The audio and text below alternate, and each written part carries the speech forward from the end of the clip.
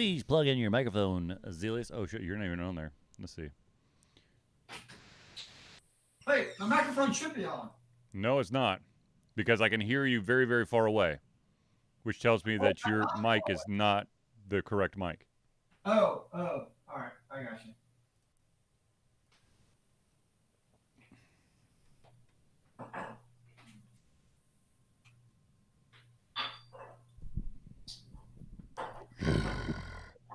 Monsters.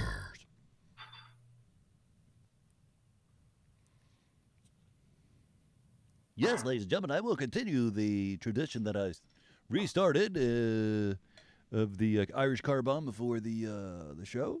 This should be interesting. Oh, shit.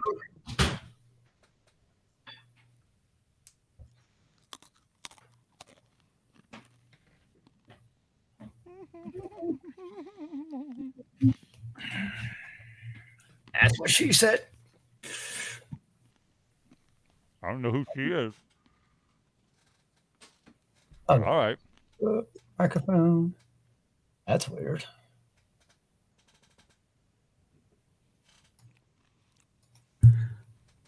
Yo. Yeah, buddy. Does that seem like it's not the correct microphone?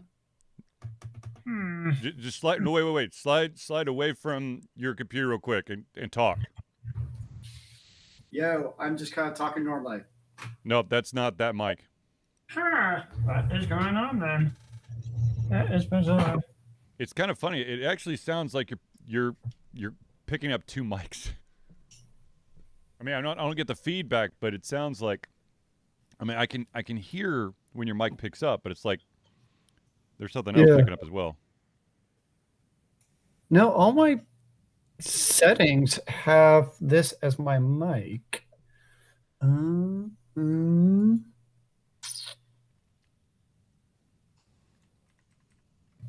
Okay, let's see if it changes anything. Random window still open in background. Did that change anything? 1 sec.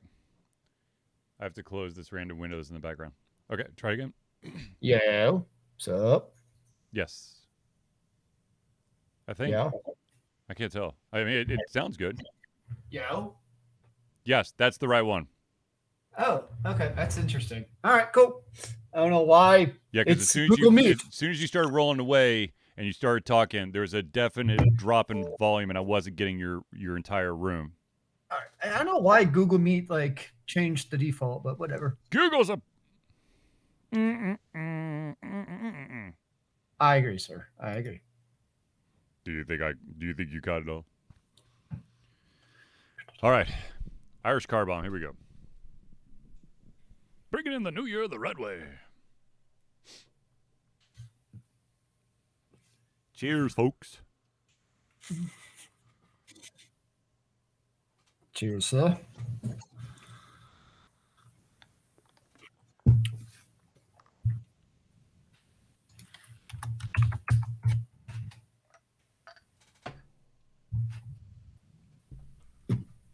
Woo! I'll put hair on your balls or something. Which I heard is a very bad thing in the porn industry.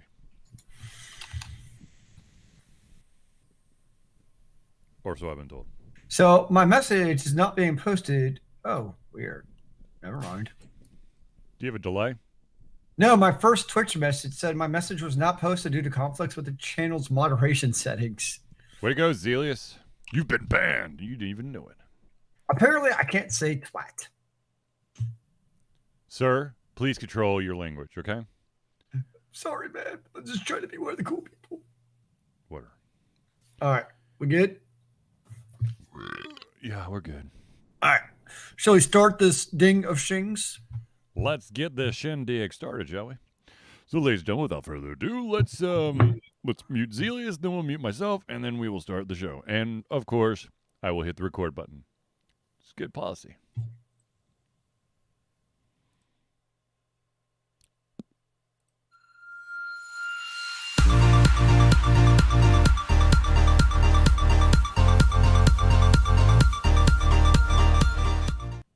Hello, ladies and gentlemen, and welcome to another Disjunct Confusion Thursday Night Hangout. 2022, goes. Yeah, what a great start. I mean, I feels like I say that. It feels like we say that every year. Well, when the kids go straight back to virtual learning, yeah, okay. It's 2020 part 2. Yes, exactly. Okay, so ladies and gentlemen, this, of course, is the Thursday Night Hangout. I am your host, Charlie, and I'm joined once again by the Political himself, Zelius.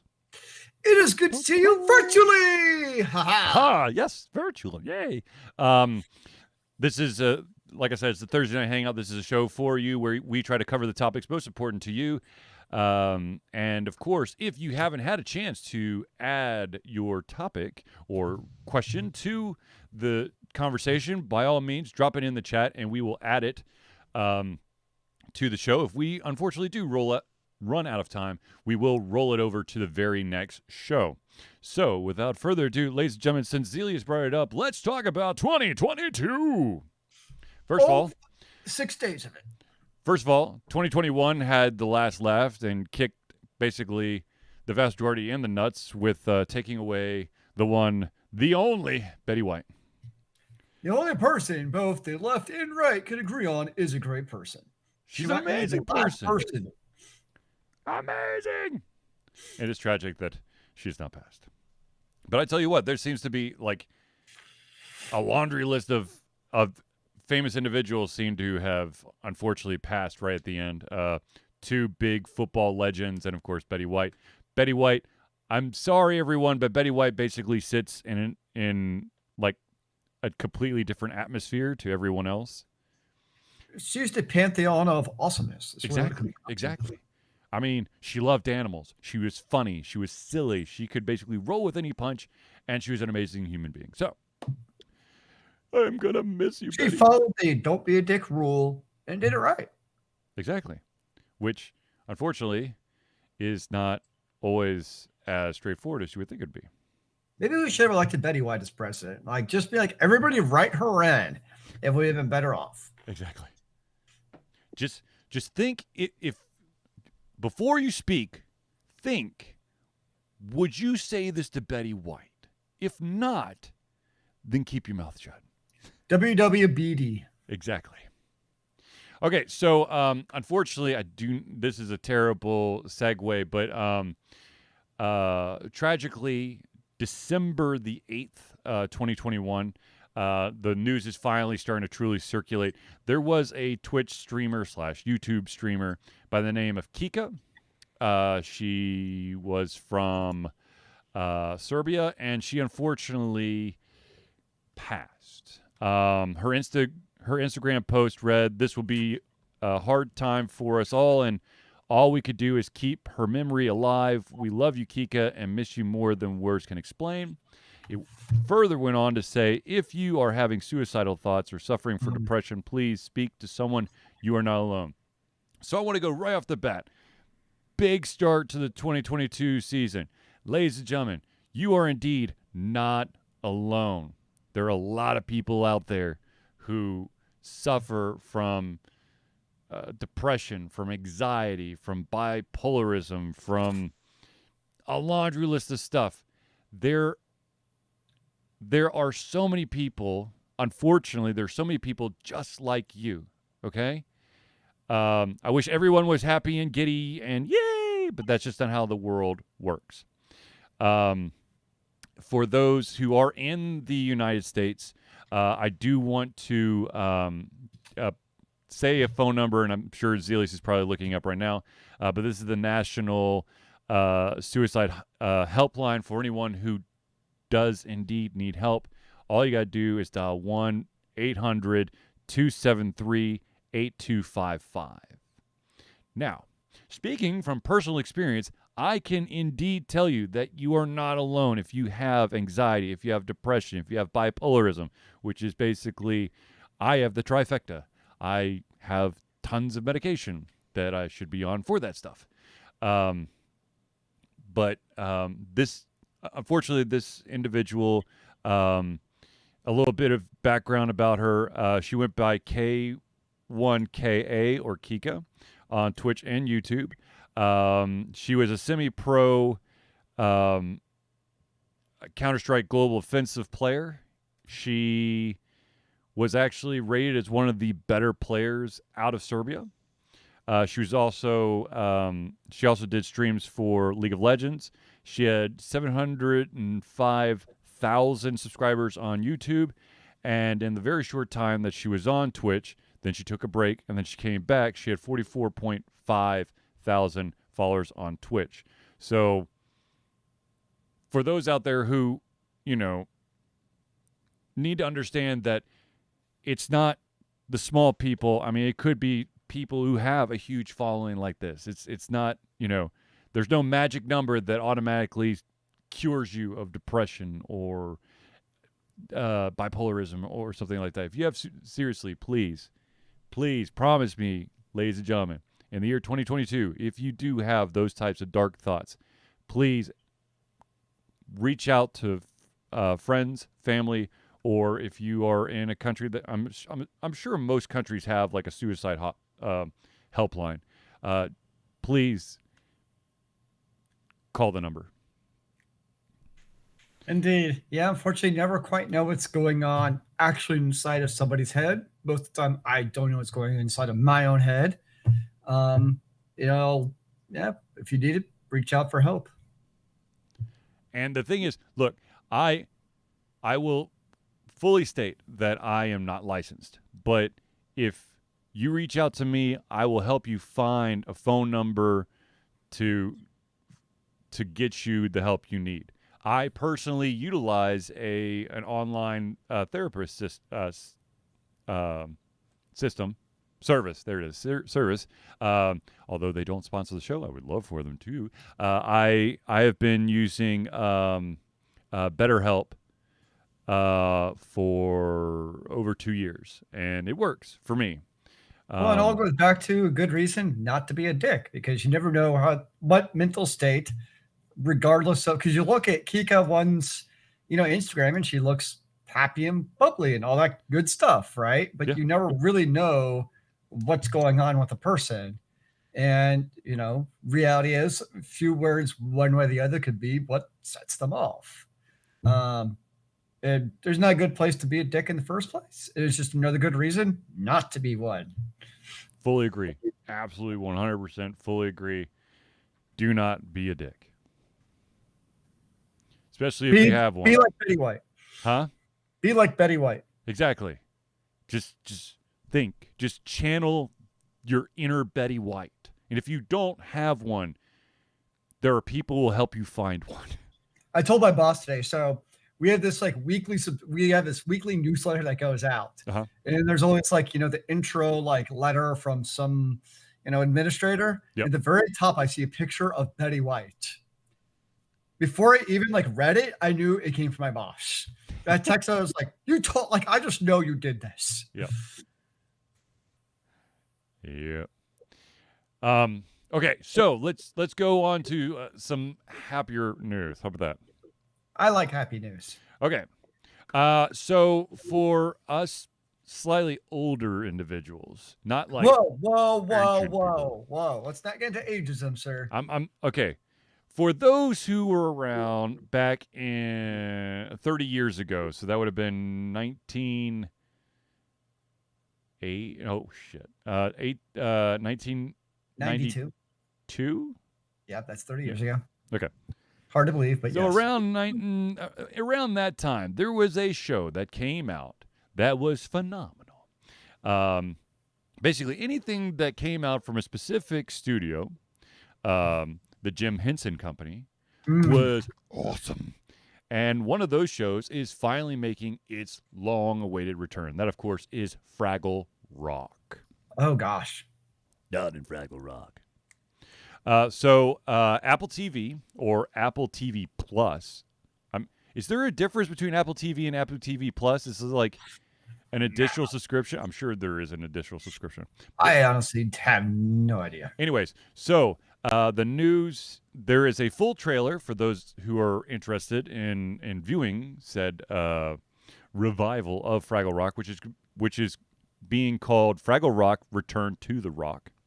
Apparently they're keeping the aesthetics pretty close to the original show, which I think was 1985, I think, was when it first came on. Zelius could probably check that, but anyways, it is coming back on Apple TV Plus. Like I said, it's called Fraggle Rock: Return to the Rock. All 13 episodes are going to drop simultaneously on January 21st. Now, are you excited about this? If I had Apple TV, and I'm assuming the Plus means I would have to have paid extra, I am slightly depressed that I won't be able to see it, but maybe if I can mooch off someone, or maybe I'll go over to someone's house who has that, and I'll just watch all 13 episodes back to back to back to back to back to back to back, and then I'll get my fix. That sounds reasonable. Yeah, I think so. I mean, come on. I mean, look, I am not stealing anyone's password. I'm just going to that person's house and forcing them to allow me to watch all 13 episodes in a row of Fraggle Rock: Return to the Rock, so that I can get my fix. I like it. Now, of course, I'm about to list some of the characters who absolutely are 100% back in the show, and this will make no sense to anyone who's never seen Fraggle Rock. So I apologize, but you got Gobo, Red, Boober, Moki, Wembley, and then you have a bunch of new characters as well. And they are being voiced by the likes of Patti LaBelle, Cynthia Evero, David Diggs, Ed Helms, and Kenan Thompson. Now, I do vaguely remember that they had there was this... Okay, so Fraggle Rock was kind of like, you had this old man and this dog, but then, and this weird ass trash heap in the back. But then underground was Fraggle Rock. But then inside Fraggle Rock was another kind of tier called the Doozers. And the Doozers actually had a TV show for a bit. I vaguely remember. Huh? That one I don't know. It's the green looking builders with the crystal clear sticks that sometimes the Fraggles would eat. I don't remember that much Fraggle Rock, to be honest. I knew I watched Fraggle Rock, but I don't remember the details of Fraggle Rock. Understandable. I remember that one of the characters had a grandfather that was went everywhere and would send postcards. But anyways, Fraggle Rock is coming back in 15 days. Or no, what did I say? 21st or 29th? What did I say? I think you need to introduce your kids to it. You all should have a Fraggle Rock party. If I had Apple TV Plus, I would. But unfortunately, I do not. I have... Do you not love your kids enough to get Apple TV Plus for them? Think of the memories you would have with them with this. Oh my God, dude! I'll just go over to my sister's house. I'm pretty sure she has Apple TV Plus. Well, there you go. I think you just created a party for her that she doesn't know about. Ta-da! So, yeah, Fraggle Rock. They just show up. And you're like, you love my kids, don't you? Don't you love your nephews? Come on. No pressure. Yeah, I feel like... You know when Fraggle Rock was originally released? When was it? 1983. Okay, so I was close with the 85 guess. Hey, year after we were born. We're not supposed to be kind of... Now all they need is our social security number, Zelius, and we've been hacked. It's too late for that, man. We live in 2022 where your life is being hacked as... Let's be honest. I've been hacked several times thanks to the PlayStation Network, okay? Oh. Yeah. Sad day. Okay, so one of the other topics that came in over the week, and this is going to be a little bit more of a... this is unfortunately something that happens a lot in the video game industry. Video games are created, and we play them, and we defeat them. Yeah. Okay, so some of you might know that China has basically started to crack down on the amount of time that adolescents, or I guess not adults, can spend on video games and stuff like that. Now they've taken a step further by basically mandating that no new IP is to be created, which has basically caused quite a ripple effect and is shutting down a ton of studios because they're not allowed to create any new content. And of course, the vast majority of stuff that's in China, the main marketplace, of course, wherever you're creating your product, your main market is where you're at. So it's not like, I don't know the Chinese restrictions for internet, so I don't know about, putting it on like a Steam or something, if you're even allowed to do that. So, well, I know like Steam, like specifically when it comes to China, like there is a Steam client, but I think it's basically like Counter-Strike and like one of the game are the only games. So when it comes to like companies like Steam can release their client, but it's super duper restricted. It's not like stateside where it's like free for all. Yeah, they're totally locked down over there. So you definitely get restricted as far as that goes. yeah. So, I mean, I understand that China is basically trying to okay. Let me It's technically the global version is banned, I think is what it is. Hmm? I think it's the global version of Steam where you can only get like the Chinese one is what it comes down Right. to. Well, I'm sure. Yeah, there's probably some equivalent. There usually is. You usually have to have some third party to put your game into China. But crap, you derailed me, Zelius. What was I gonna say? Dota 2's one. Huh? Oh, Dota 2. yeah, of course. I would assume any like massive multiplayer game. Well, no. Like a MOBA-esque game. Well, Dota 2's old. I don't know. It's tricky. CS:GO. Well, yeah. But yeah, it's pretty restricted. That's for sure. That does not surprise me. But the thing is, I understand that video game addiction is a problem. Mm-hmm. There are individuals who have neglected their family, themselves, both physically and financially and spiritually and mentally. There's those stories from, I want to say it was Thailand or the Philippines, where this couple neglected their own baby, and the baby died because they were too busy playing a game that was like a baby raising simulator. There's also, of course, those people who literally like lock into the internet cafes and basically die where they're seated because they don't move. So Yeah. I understand, the need for regulation, and I know that I think there's curfews as well. Like you're only allowed X amount of time in the week, but also you're not allowed to play after a certain time. Well, of course, part of the question always is in my mind when it comes down to the addictions and the negative side effects, is that a result of video games in particular, or is it because that person has a addictive personality in the first place, and it just so happens that the carrot elevator that they took part in was video games, meaning like if like could it just have easily been gambling or some other addiction other than video games? I'm not a psychologist, so I don't know, but that's always it'd be an interesting thing to actually look into.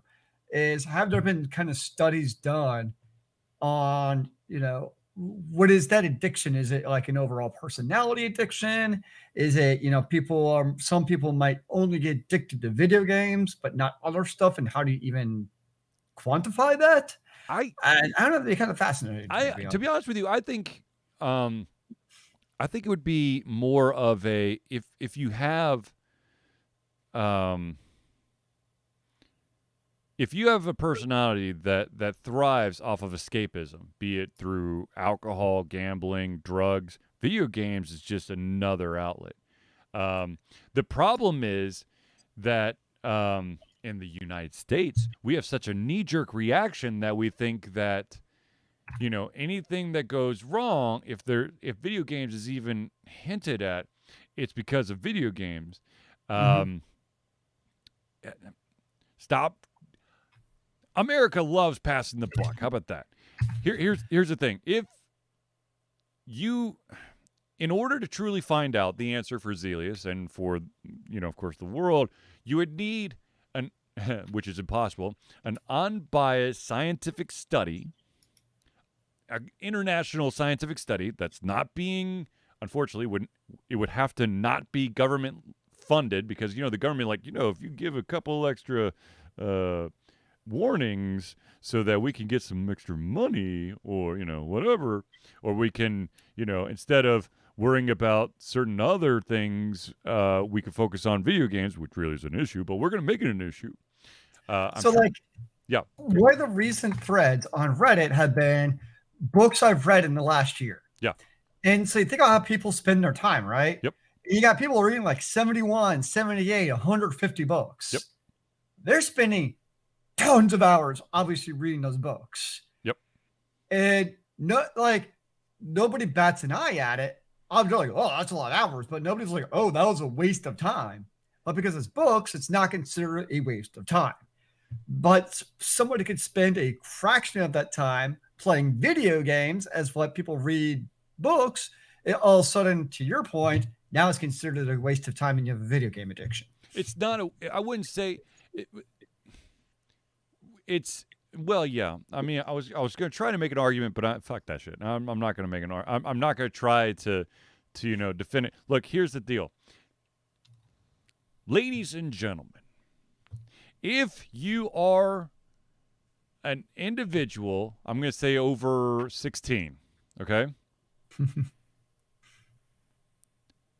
You need to police yourself. I know it's difficult. I know it's tough, but this is like anything else in the world.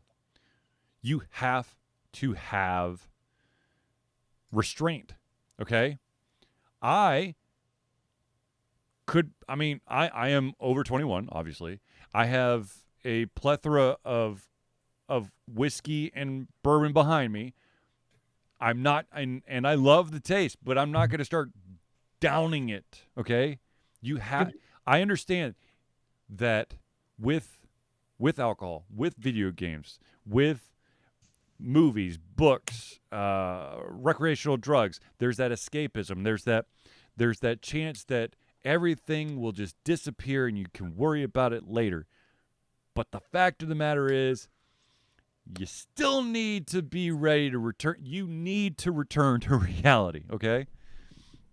There are certain professional sports athletes who currently are in some weird upside down world that is causing quite a stir, especially the National Football League. Yeah. But you're saying I shouldn't run around at work tomorrow with my shirt off? I'm saying that if your boss says something you don't agree with, you should not strip down to just your pants and then run around the office while people are trying to get stuff done, blowing kisses and giving the deuce sign. If he signs back into the chat, you need to repeat that. It'd really confuse him. My boss. Oh. No, because he does stop by occasionally. Yeah, I know. But here, look. The other thing is,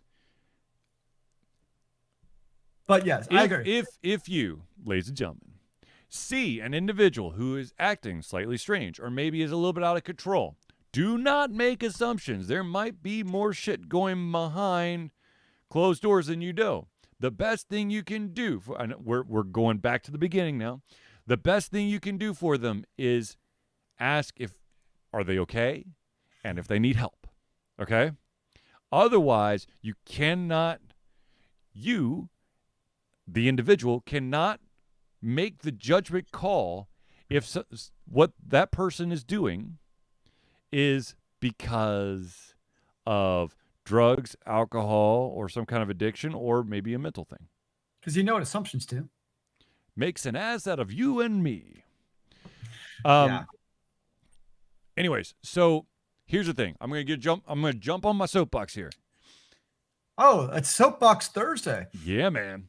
Look, like I said, I'm putting the line at 16. Before 16, or, ladies and gentlemen, if you have children of your own, you need to be the gatekeeper. All right? I personally, look, I could speak from experience, okay?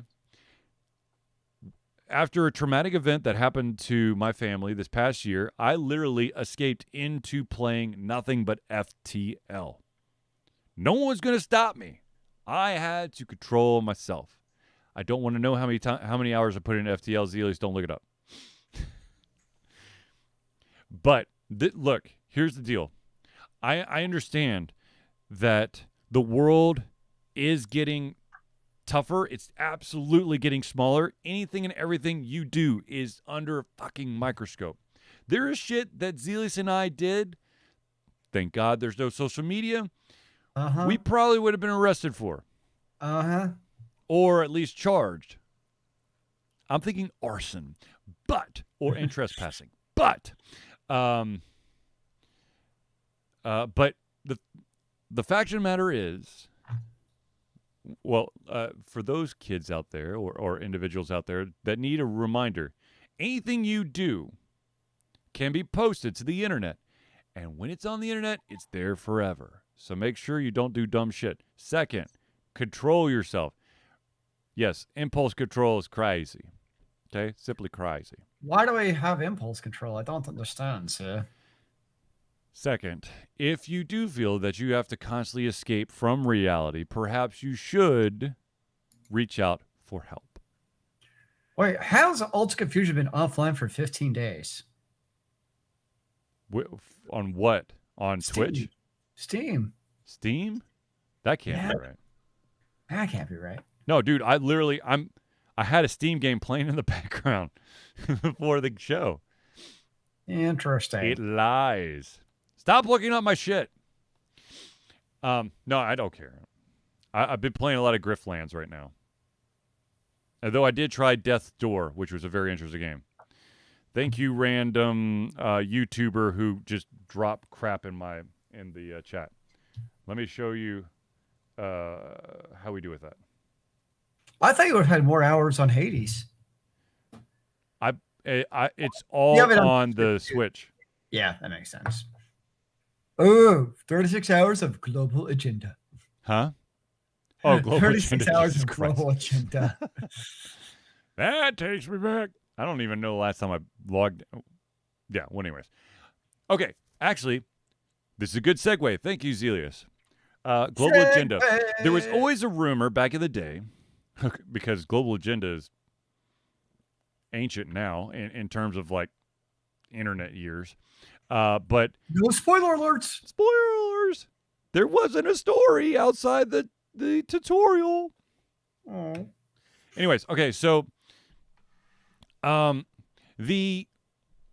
know I've talked about this before at conventions, and I'm sure that I've talked about this during shows, but the way that the game industry works is fucked up. Okay?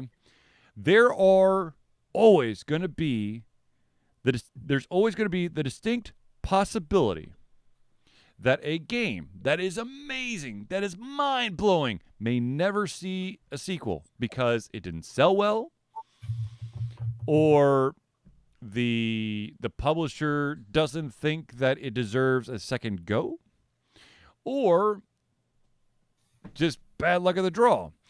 Recently, there was a huge celebration about a specific game called, oh my gosh, what the heck is the name of the game? Ghost of Tsushima. Oh, yeah. Tsushima, because the T is silent, right? Whatever. Anyways, they celebrated that they sold over 8 million copies. And so it was like, yay! And of course, I believe they had an or they might have had a time exclusive with Sony. Like, everybody loved the game. Yes. I've not played it, but I've heard phenomenal things about it. There is of course there's several other games that fall into that same category of exclusive or time exclusive, whatever. Yeah. Uh, uh, the director of a game called Days Gone, but his name is Jeff Ross.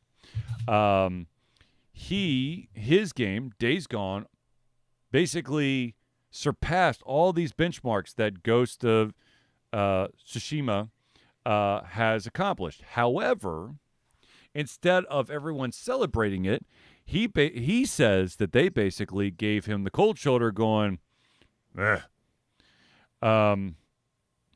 And they actually went as far as to say that the company, Dagon Studio, Sony Bend, is working on an exciting new IP that builds on top of the deep open world system that they developed with Days Gone, which of course means that Days Gone ain't going to get a sequel.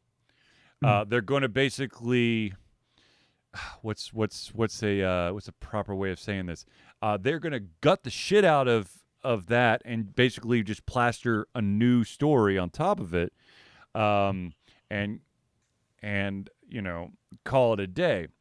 Here is the beautiful dirtiness of the industry. There are several ways that your game could immediately die. Look, if you have a game that has the potential for sequels, here's a couple of landmines that will occur for you, and I apologize if it has happened to you. First, Metacritic. That's a fucking landmine in itself. Metacritic is this piece of shit website, and if the Metacritic person from San Francisco wants to jump on my stream, by all means, come on, let's have a conversation. Metacritic basically is a website that grabs scores from a bunch of websites and then slams them together to give you an average score. The unfortunate thing is the vast majority of websites out there do not have. Okay, when you're reviewing, you do not have. There's no game reviewer manual. There's no. You must rate from a 1 to 10 scale or 0 to 100 scale. There are people who do 0 to 7 pineapples.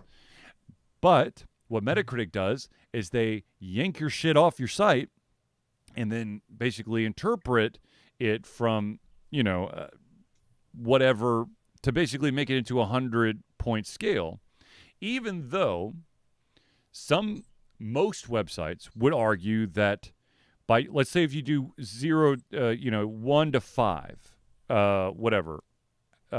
pineapples, just to keep with pineapples, because I just watched an episode of Psych. So we're just going to keep with pineapples.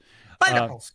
Let's say you do 1 to 5 pineapples, okay? So if you do one pineapple, Metacritic style is 20, 2 is a 40 out of 100, 3, wait, is that right? Yeah, is a 60 out of 100, an 80 out of 100, and 100 out of 100.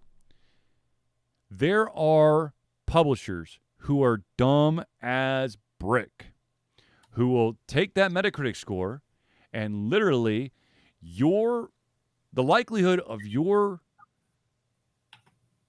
sequel happening is predicated on that Metacritic score. So if you have a bunch of non-0 to 100 scores, and so they have to figure it out to make it into their magical algorithm, here is the dirty secret. If your game, I'm praying that this has changed, but all the way up to 2019, what publishers were doing was they were utilizing the Metacritic score because they didn't want to have to look for the reviews. They didn't want to read them. They just wanted the point value. If you had an 85 or above average score, there was an 80% chance you would get a sequel. If a 0 to 84 score, you had a 20% chance, 20 to 30% chance of a sequel. which was basically next to nothing if you don't understand. Now, I understand. AAA titles, they're looking at the dollar signs. They want the money. They need the money. Okay? But at the same time, there are examples where they basically shat the bed because they had too fast of a knee-jerk reaction. Two of the games that immediately come to mind are there was a game called Beyond Good and Evil, which sold terribly, but had incredible fan support. And then, of course, there was another game called Puzzle Quest, which actually the publishers... previous episode, I talked about the fact that if you're doing if your game's at a brick and mortar store, you have to rent every single spot. Well, the publisher decided that they weren't making enough money as soon as the game came out. I think it was like after a week or two, they pulled it, and of course, that's when it caught fire, and they had to send it back. Which is the beauty of digital distribution, because you don't have to resend on your own dime all those physical copies back to the store. But this game, so Days Gone, which has sold, basically it has outpaced Ghost of Tsushima, but there's no chance in hell it's going to get a sequel. Of course, all the praise and everything for Ghost of Tsushima. There's a very, I'm almost 100% sure there's probably, another game in if the game warrants a sequel, they'll probably make a sequel because it's been such a critical success. I mean, look, they've sold over 8 million copies. Well, I think there would be two things on that. One is there's also the advertisement behind it. Yes. So Ghost of Tsushima had a much larger campaign as far as hype and promo videos and all that good stuff. I just did a quick cursory glance at the ratings of both user and publication scores of Ghost of Tsushima versus Days Gone. And across the board, Ghost of Tsushima were higher. And basically what it comes down to is, for everything I've read, is Ghost of Tsushima is a memorable action combat game where basically Days Gone is basically just another open world game. And so as far as all those things add up, and also a thing when you look at sales, it's not always just as simple as number of sales. You also look at the price. I don't think Ghost of Tsushima has been below $40 yet. No. It's really just now when you basically had the Black Friday and the Christmas sales where I saw it like under 50 for the first time. Right. And Days Gone has hit the sales. Oh, it hit the sales like very soon after release. So I think the critical acclaim, and yes, Metacritic has its issues. I also pulled up 10 random reviews from Metacritic. Two of those I actually could not find scores on their websites. The other ones were like, 9.5 out of 10. Okay.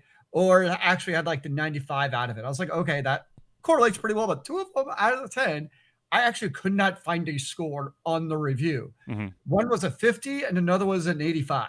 So I just thought that was interesting, where I could not actually find a score. Well, the interesting thing is that there are a lot of, unless you are like one of the major websites, like a GameSpot, which is also Giant Bomb, ladies and gentlemen. I hate to break it to you, but they pulled them back into the fold a couple of years ago.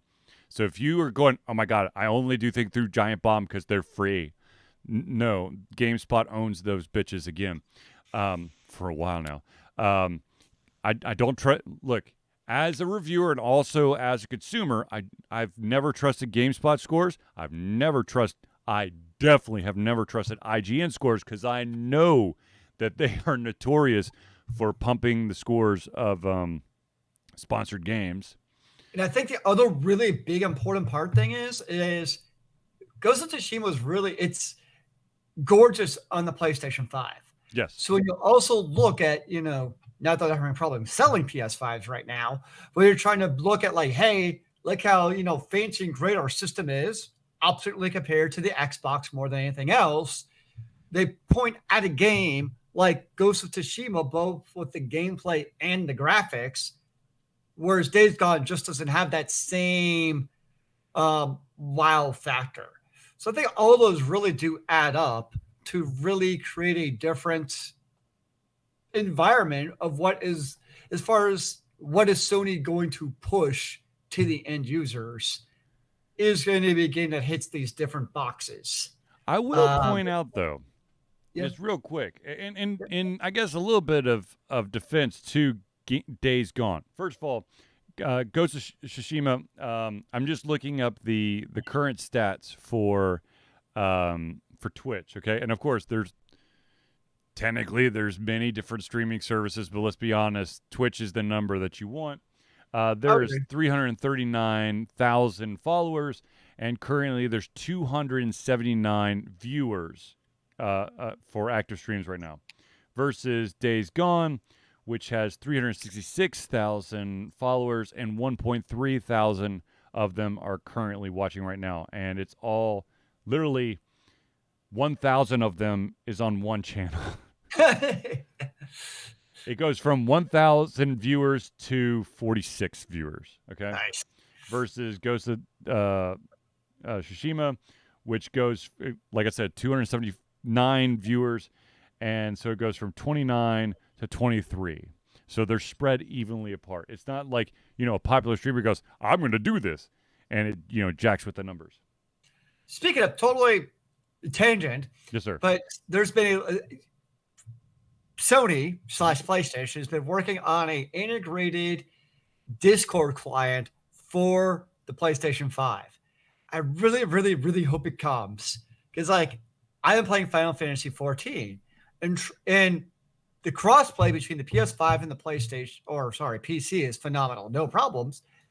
The one big hiccup is chat, or voice chat, I should say, because everybody's doing it over Discord, but without that integrated PS5 Discord app, you kind of have to jump through some hoops in order to get that voice chat experience while playing the game concurrently without that Discord. Because on the PC, it's straightforward. You can just mix the two. Life is good. Sorry, mic broken. I'm sorry. If you ever catch, ladies and gentlemen, if you ever catch me playing an online game, unless I am streaming, you will not hear my voice. I do not talk in game. Which is even for listening, for like Savage Raids in Final Fantasy, you want to be able to at least listen to both, really, the audio cues in the dungeons, and also like somebody calling out what's going on. So being able to have both is very beneficial to your gameplay, in my experience at least. But also let me put a little caveat. I don't really play a lot of online games, so my opinions and my thought process do not really factor in. Zelius is more of the expert as to the online realms than I am. So, Some days. So, how many days are you going to take off when, what was it, Lost Ark is finally going to drop? February. Actually, it should be perfect. Wait, you know what? Now that I'm thinking about it, this might actually be perfect for my winter break. You do know that winter is now passing, right? Yeah, but our winter break, so our winter break is like our second break, if that makes sense. Our next break. When is it? But February 11th is the official North American release. And then our school's winter break, I can actually find it here. Ooh, nice. Is basically 2 weeks after that. Which I'll take, because let's be honest, it gives them that week and a half or 2 weeks to figure out all the server glitches. Because that's usually what you have anyways. On a, very acclaimed game, not acclaimed because it's not North American release anticipated? Yet. Thank you. Yes, a very anticipated game that you're going to have a lot of day one players really wanting to try out and see, what is the buzz all about you want to give that week or two. And that's like when any game comes out, any MMO, in this case, a hack and slash, I don't care what the game is. Like, I'm not going to rate a game based on that first 2 weeks and how do the servers hold up. Because, like, people were like, oh my gosh, this game's servers don't work. This is the worst game ever. I'm like, have you played any MMO ever? Ever. Have you ever had to deal with, queue time and all that jazz? Just because I was looking stuff up on Twitch, I do want to point out, and we've once upon a time, God, maybe 2020, I was like trying to keep track of like I would do basically at some point every single day see how many live viewers were watching a certain stream. I just want to point out because Zelius and I have, and I believe the vast majority of you out there have also agreed that Overwatch has been dying a slow death since its launch.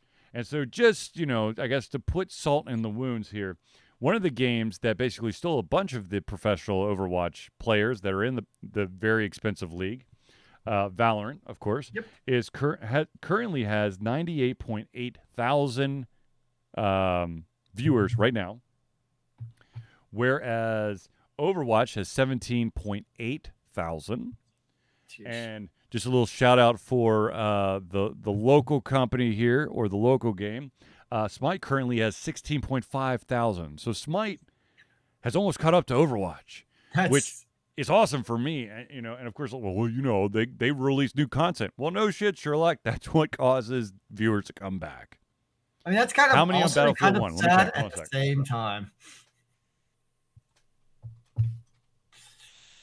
Yeah, it comes back to we're looking probably at 2023 now. 80 viewers, Sam. There's only 80 people watching Battlefield 1. Ouch. Because I think now we're looking in 80, 79. It's all Battlefield 2042. There's 2.6 thousand of them. Isn't that the one that's like broken as shit, though? No, that's a game that just fell on its face. 2042, yeah. Like, everybody hates it. The only thing that people love, from what I've heard, is the fact that the commercial shows Tom Brady as the NFL MVP in 2042, which is like, yeah, it'll probably fucking happen. That's pretty funny. Although those numbers are inflated as I look at it, there's one person has 1.1 thousand viewers, and then it goes down to 179. So, yeah, take that with a grain of salt. How large a grain of salt are we talking? I'm talking one that if you tried to swallow it, you would choke on it. I was thinking more like if you try to pass it. You try to what? Kidney stone. I don't ever want to think about that. This is why Smite is so close to Overwatch. There is 11.8 thousand viewers on one channel, and it drops to 604, whereas Overwatch has 5.5 thousand viewers and then 2.3 thousand viewers. That's quite a lot of viewers for one show. Damn. They're doing a throwback. It's the official Smite channel. Oh, that's pretty cool, though. Sam Grizzle says 120 online players in the same room. That's cool. I can't wait for thousands. A real war. One that I remember, this was a long time ago now. There was like this push for this like magical, like, it's like an interactive table. And there was this video game that you could have like a shit ton of people playing at the same time. It was like an astronomical amount. Of course, that went away because if the entry fee is thousands upon thousands upon thousands upon thousands of dollars, it's not feasible in the consumer marketplace. Totally random. Did you ever play? It was at the arcade. I remember they had it at Tilt at Perimeter. Uh-huh. It was the hologram game. I remember you like fighting dinosaurs on this hologram game. I have never played a VR game. No, it was not a VR game or hologram. No, it was like a video game where like you actually controlled like a hologram and like you fought holograms. It was cool. And we're talking early 90s, probably. It was a real thing. I'm not making this up. I didn't drink back then, so it also is not like a random drunken story either. Oh, Zelius. Ladies and gentlemen, I do want to pause just for a second because we want to show some love and respect to the individuals who support us, and not only sharing all of our social stuff, liking us, following us, but they also are our patrons. So without further ado, ladies and gentlemen, let me tell you about the friends of the show. And the first one, of course, has got to be the Indie Cluster. Excuse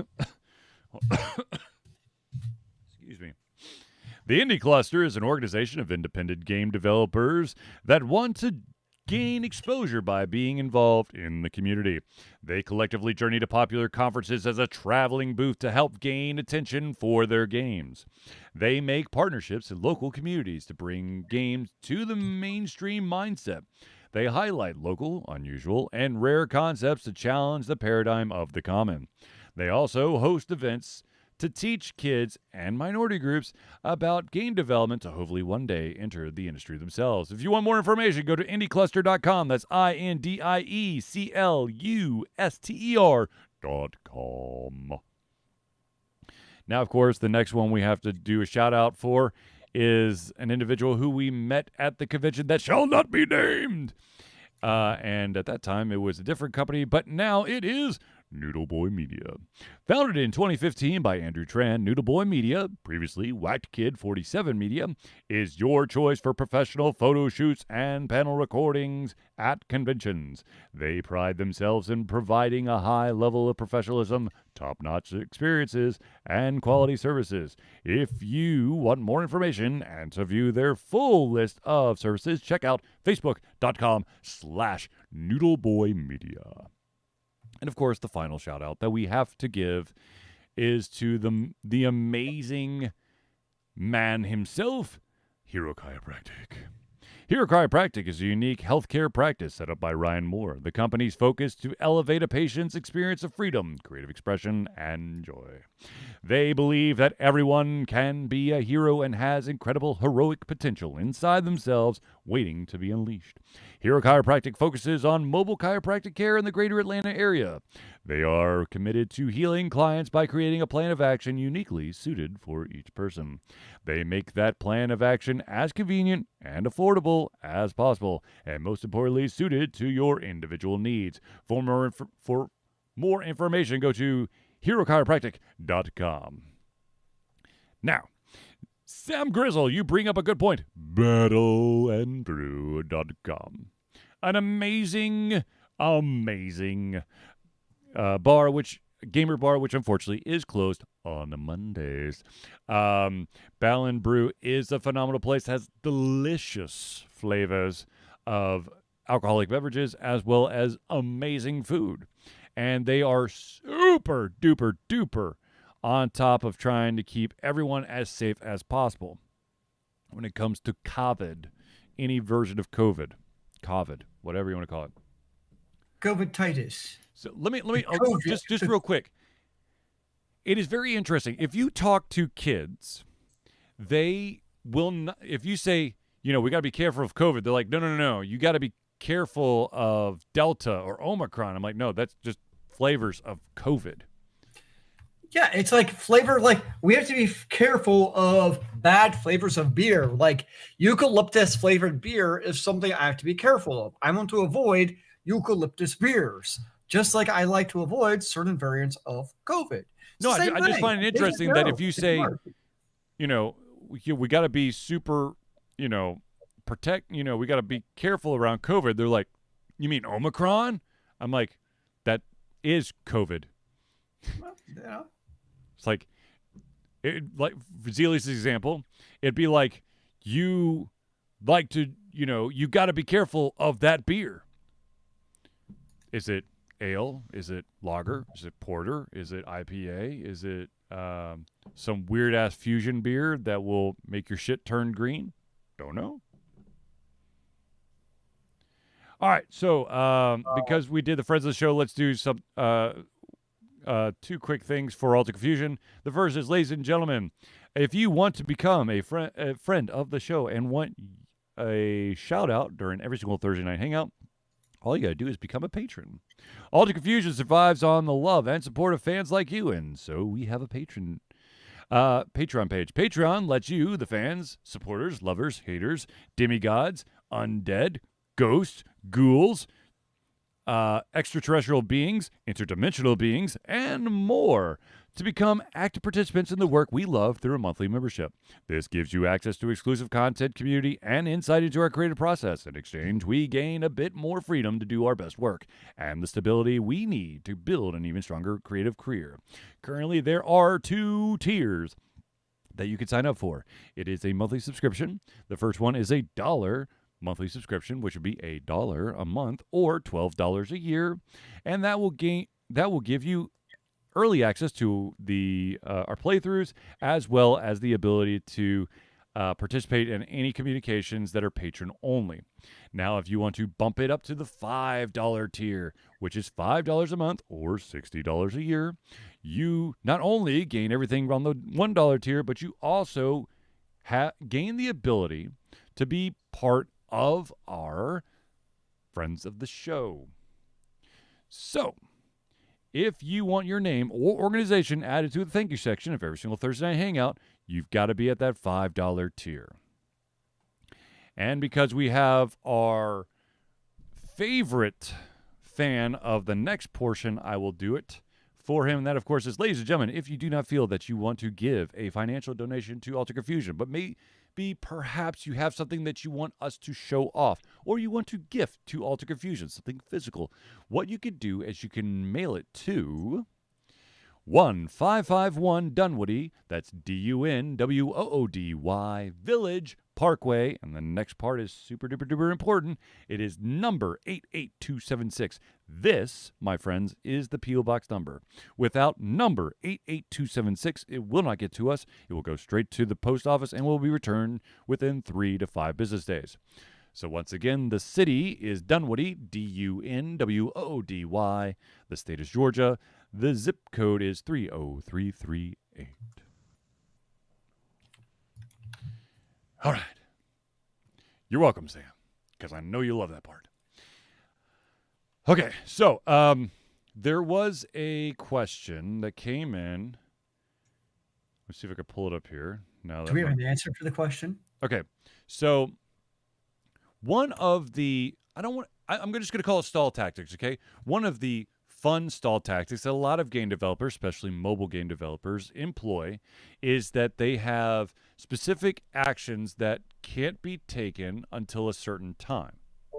Or you basically have a magical, amount of time between actions, 2 hours, before you could complete something, unless, of course, you would have paid the Monet to basically kick it to the next thing. So my question, the question that was asked of me was, in your opinion, if you're playing a game that requires either, your character is going to be busy for X amount of time, or you cannot continue the game for X amount of time, what is that X amount? Like threshold? Is there one? Where if I have to wait, if every single action, basically the way the game's set up, if once you get to a specific, like story time interaction, if I have to wait, 2 hours between, that's too long. Zelius?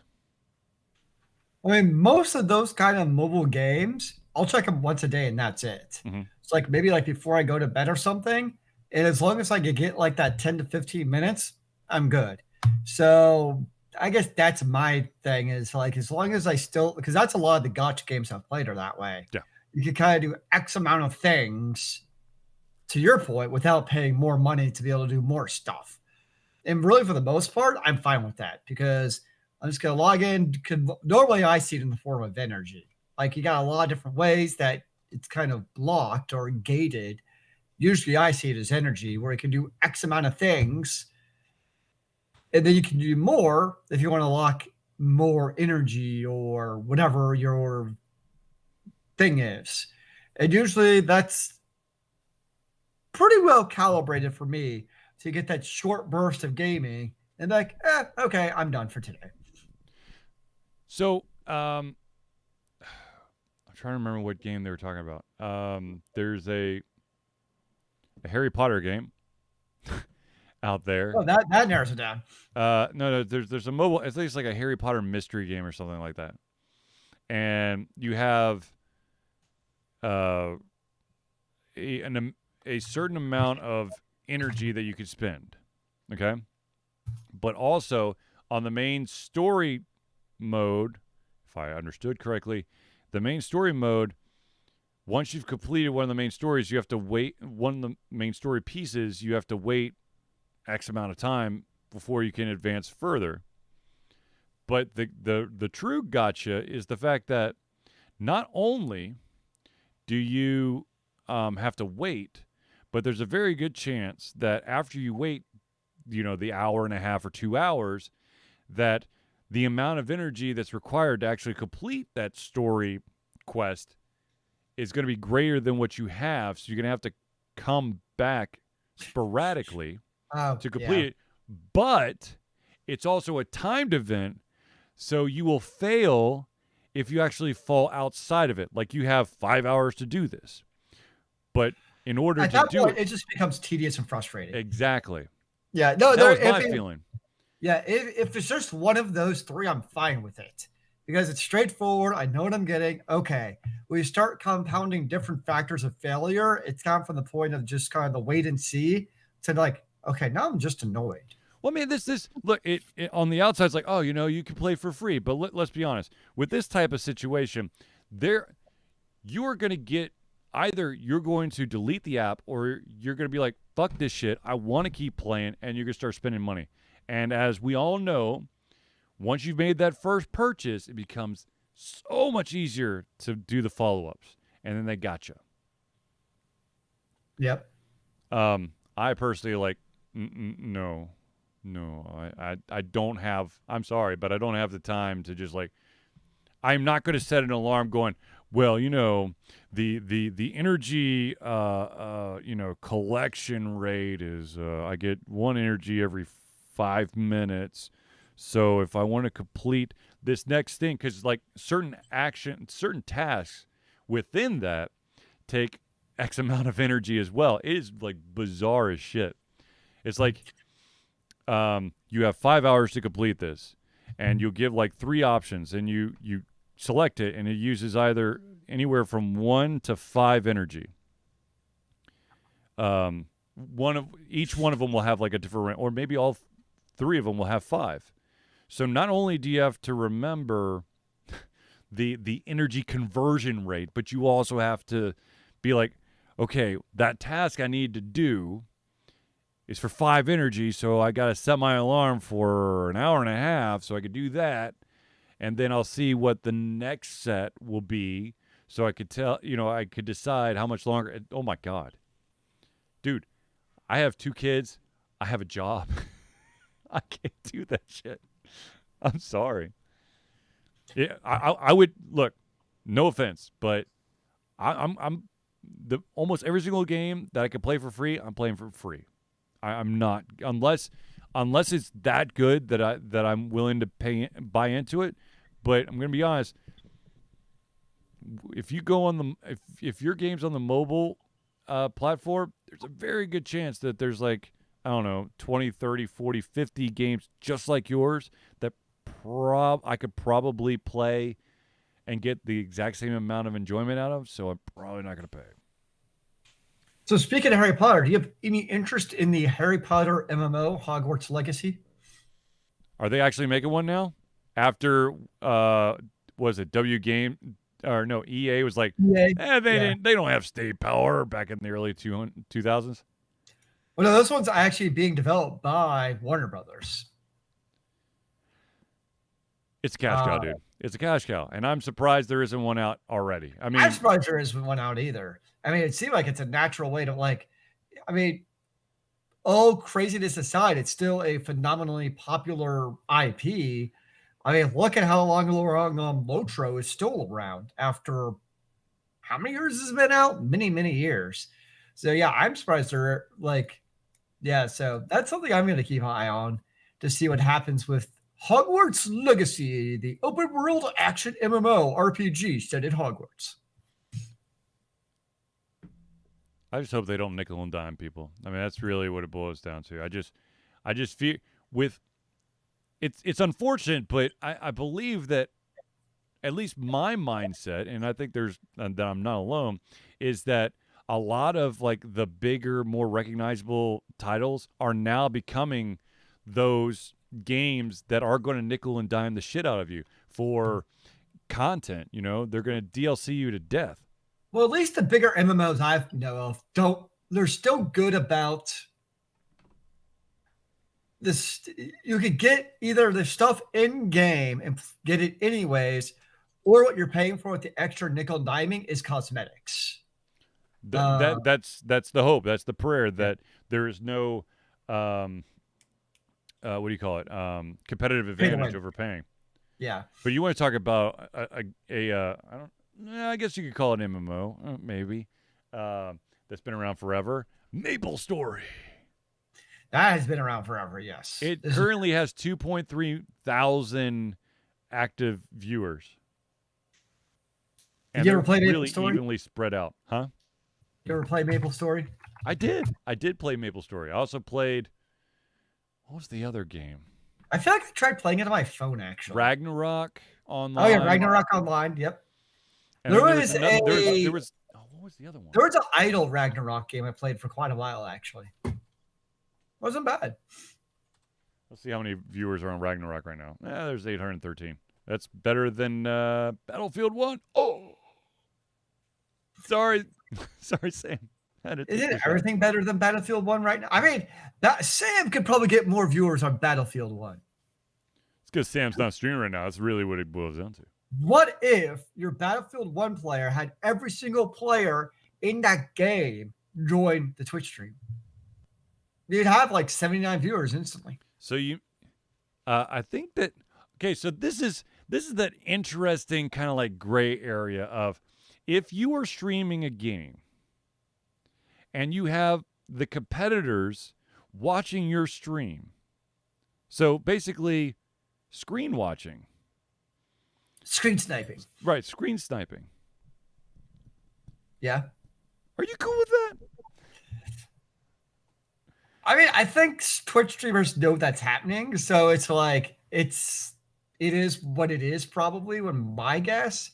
I mean, I think that's why you're also probably not doing it for like Overwatch League, where, you know, your people are not allowed to obviously watch Twitch streams while playing in competitive Overwatch.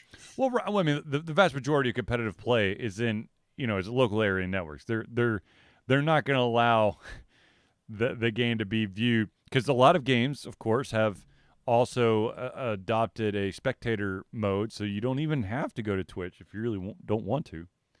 Sure. But yeah. Oh, Jesus. Yeah, I don't know.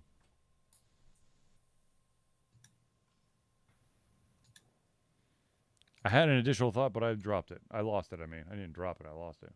Did you lose it into your microphone? Did it just like drop off and go into the red void? Oh, circulate back to the Twitch viewer count. The game, of course, that I was always constantly looking at, Ledge Ruterra, it's 1.7 thousand viewers currently. And it's basically that 1,000 is split between 2 players, really. And I haven't played that game in a minute. Or an hour or a day. Yeah, it's been a while. It's been a while. It happens. But, you know.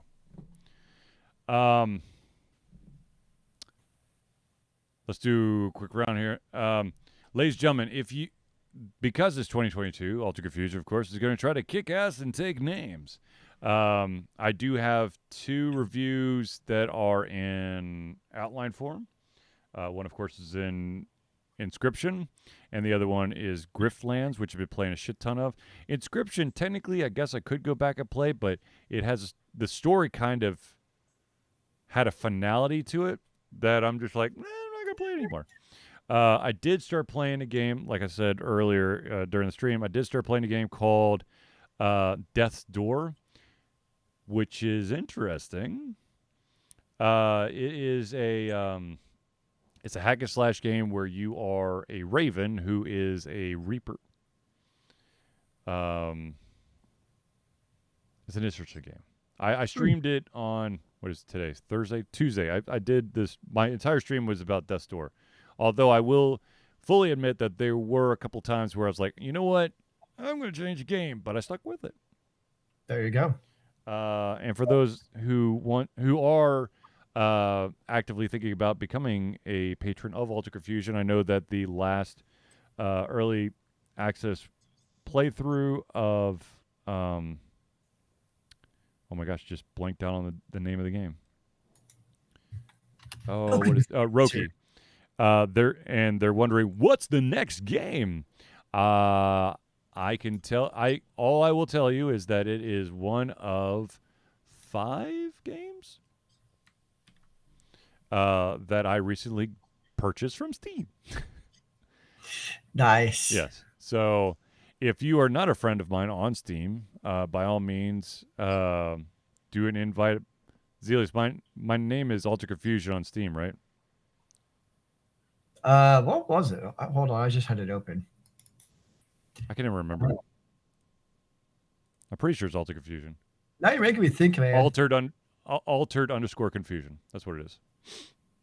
Friend me on that. Friend me on Twitch, or follow me on Twitch, Facebook, Twitter, YouTube, all that jazz. You even have a link to the website on it. You even have a link to the website on it. Well, there you go. Speaking of which, I thoroughly apologize to the people who were trying to hit the website and were getting some weird-ass wackadoo shit. Did you know that you have 17 years of service on Steam? Yeah. For some reason, after my Extra Life live stream, somehow my Extra Life widget started doing a redirect. And so if you hit Alter Confusion, there's a very good chance that you would have just been redirected immediately to Extra Life. So I apologize for that. It's been disabled, so you can actually move around the website now. It's actually kind of funny. However, the vast majority of the individuals who are interacting with Alter Confusion's website are going through links through social media, so they wouldn't have that issue. But if you were to just go to alteredconfusion.com, it doesn't work now, but before, it would have rerouted you to Extra Life. For shits and giggles, I guess. I don't know. So, but anyways, ladies and gentlemen, I believe, I could be wrong, but I'm reading the clock as it is time for us to say goodbye. What? So, without further ado, ladies and gentlemen, I want to thank everyone for tuning in to the Alter Confusion Thursday Night Hangout. For myself, Charlie, and Zelius, it's been a pleasure giving you everything from our heads, our mouths, and of course, our hearts. We'll be back next Thursday for another Alter Confusion Thursday Night Hangout. Remember, kids, keep on gaming in the free world. Amen to that, brother.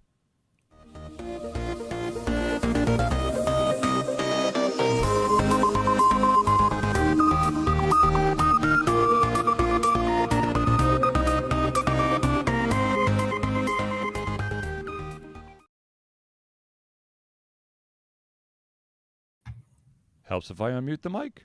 And I'm like, hey, we're back. But it's more like, because I had muted the mic. So I think I broke my Steam. Zelius broke his Steam. That's so I do you need a doctor for that? So after I mentioned that, I was looking through the friends list, and one of my friends has a friend who has played or owns 3,500 games. And I clicked on the games list of that person, and my Steam stops responding. 3,500 games? Yes, I was fascinated. I'm like, what? And wow, that's like, wow. I mean, I have 478 games, which I can't even fathom that with 106 of them reviewed. Yeah, like. Wait, I have 4 that's workshop a pretty good items? What the ratio. fuck is workshop? Oh, never mind. I see what that is. All right. I'm going to leave it here for a while and see if it decides to, like, load next year. Zeus has broken his Steam. Haha. The way to defeat Steam is load people with too many games that it cannot display them all at once. I am not impressed by a certain Mr. Blaine who decided that Halo Infinite Arena was more important than watching our show. You bastard. What? Yeah. But I hope everyone has kept their sanity this week. I know I have not. Where did your sanity go, sir? Out the door, in the toilet, into the sewer, and God knows where else that went. Ooh, wait. Am I going to get to see it? Oh, that's dumb. No, you cannot see that massive ass list of games. All right, I'm going to try this again. Yeah, so guess who was supposed to have their COVID booster today? Djokovic. The next best thing, Zelius. Uh-huh. I get up there, and guess what? Oh, sorry, we don't have any pharmacists today, so it's been canceled. Would you like to reschedule 2 weeks from now? Wait, what? No, dude. Come to my house. They got a fucking drive-through. Like, I can literally hit the drive-through with a baseball from my house. Nice. So I'm getting mine Monday. Jesus, man. I know. It's like, what? Yeah. That's a bull honky, man. That's what I said, man. Bull effing honky.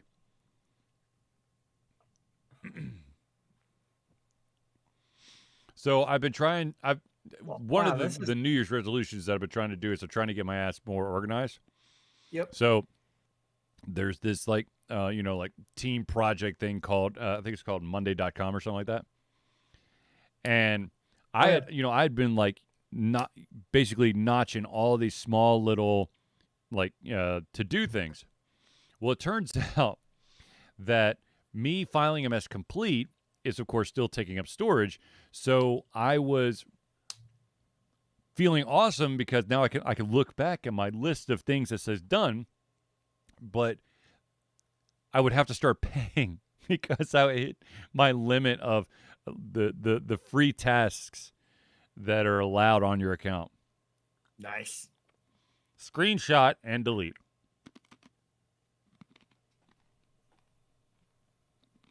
So, all right. Second thing is that I am going to try to get all the Thursday Night Hangout stuff completed tonight so that I can post it in the morning. So fingers crossed that shit goes down, not gets down. Makes it sound like it's a porn. So on this dude's profile, yep. I'm trying to like view it by like achievement completed or playtime. Mm-hmm. Steven's like, no, screw you. I'm filtering it by name, and that's the only thing I'm going to list it by. Jesus. I can't do any other magical sorting. You get it by name, and you're going to like it. Wow. Okay. Well, I want to know, like, I'm kind of fascinating. Is it like 3,300 games have 0 hours, and they're all free-to-play games? Well, that says something. That's what I'm trying to find out. Like, how many are actual, real games? Okay, here we go. I'm going to go look at my list of unplayed games. Hold on, unplayed. Are you shitting me? God, that's sad. What was my number? I don't know. According to this, 123 out of my 497 games I have not played a single moment. But I do want to put a caveat to that because there are a bunch of games that's like that it's Dark Messiah of Might and Magic single player. And there apparently is an additional entry for the multiplayer. And then there's Dota 2 and Dota 2 Test, which I didn't even know I had that on my list. Apparently, I guess it was just ultimate, just installed when I wasn't looking. Thanks, Steam sales, for all this crazy stuff. Oh, like, is Realm Royale still even up? Oof, that's a game I haven't thought of in a long Realm time. Royale and Realm Royale test server. So, come on. They're trying to screw me over here. I have 107 tools I've never used. I don't even know what the fuck these things go to, I mean. Do I own that game? I don't know. What the hell is that? I have a bunch of tools named Proton. Don't know what the fuck they are. Have nothing to do with my games. Anyways. Yay, random Steam shit. This person's profile, they spent 3,700 hours on Crusaders of the Lost Idols. Oh, man. Man. I know. I thought of you. And if the sun comes down. I still get the codes for that. Nice. I haven't used them in like 2 years, so I'm pretty sure all those codes are now invalid. But how much time did I put into that game? What is it called again? Crusaders? Well, there's Crusaders of the Lost Idols, but didn't you play like Crusaders of the Lost something else? I thought they also had another one. Crusaders of the Lost Idol. Yeah. Oh, through Steam, I only put 34 minutes into it. But yeah. There's something else I played. I think I played it through my maybe mobile, because I put a shit ton of time into that game. I know that for a fact. I didn't put 34 minutes. I put less. I mean, I put a hell of a lot more than 34 minutes in. Okay, let's sort by.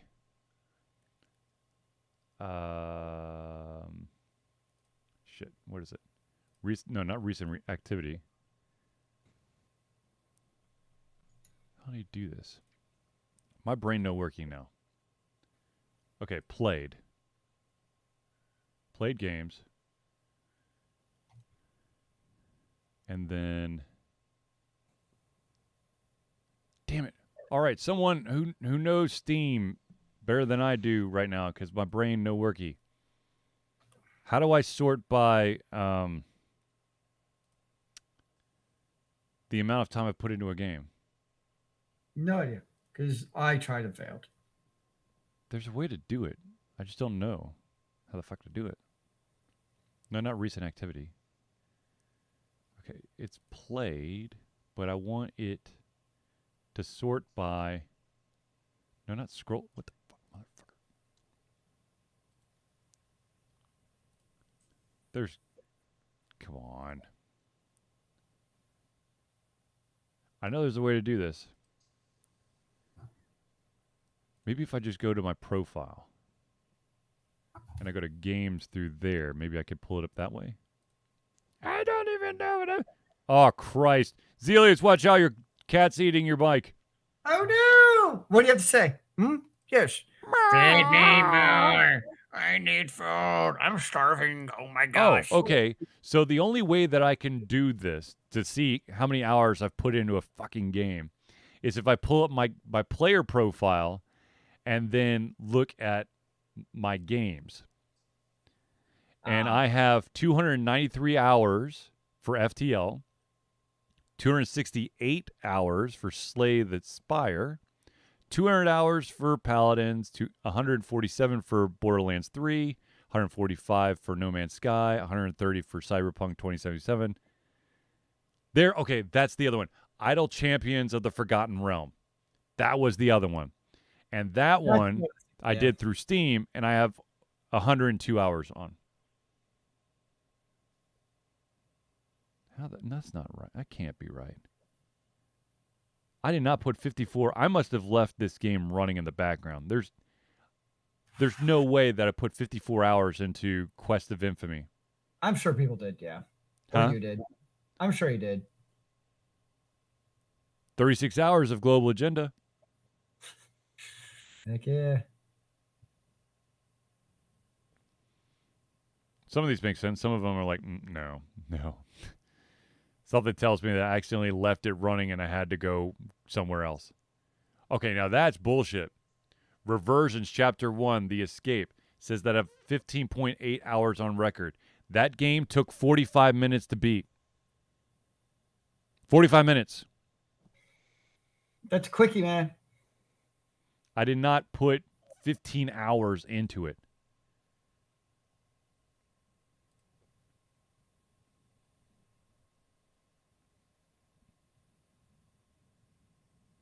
$11 hours into Transistor, I can.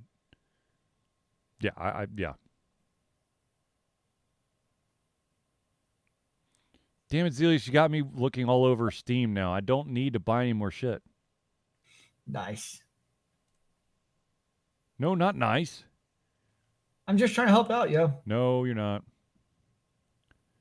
If you're helping out, you're helping out not me, but Isn't it my job to help you out? the man. Oh, for fuck's sakes.